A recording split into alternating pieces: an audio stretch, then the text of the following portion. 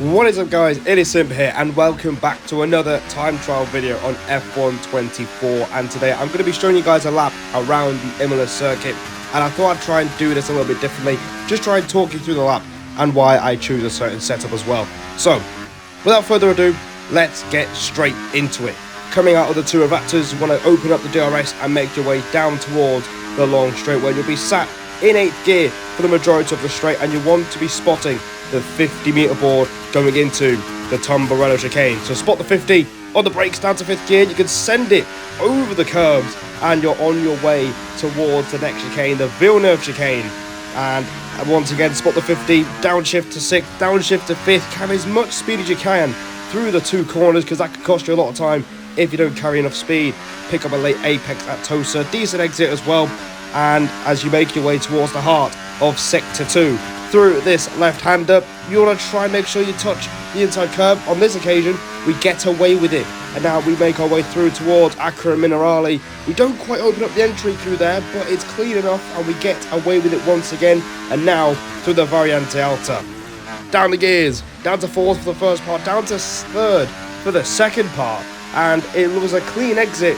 But this is where I lost most of the time on the Delta, the two Ravazzas. Spot the 50 again, down the gears to 4th gear, and you make sure you make the car roll through the final two corners. And look at the time game on the exit, and that is a 1:12.7 around Imola, and that was a time that was enough for Tier 2 in WR with a few other tracks.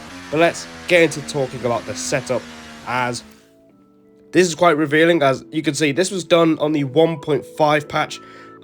You can see here that we're quite high on the leaderboard, but obviously everyone was going for the WR sign-ups, trying to get into the highest tier possible.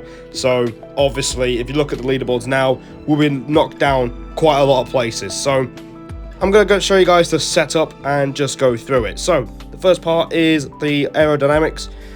The wings for this track was, I believe, 47-30. You want quite a bit of a wing gap on this year's game, so that is a pretty decent wing gap there.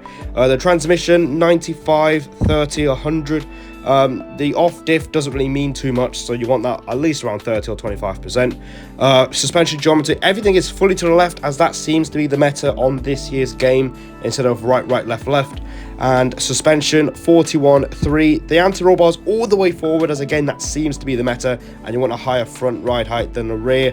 100 brake pressure along with 54 brake bias for the brakes. And then the tire pressures, again, this was the meta, full pressures. And that is the setup for the video. So I thought I'd try this a bit differently. Let me know what you guys think in the comments below, and I'll leave you with the full lap. But until then, take care, and I'll see all of you in the next one.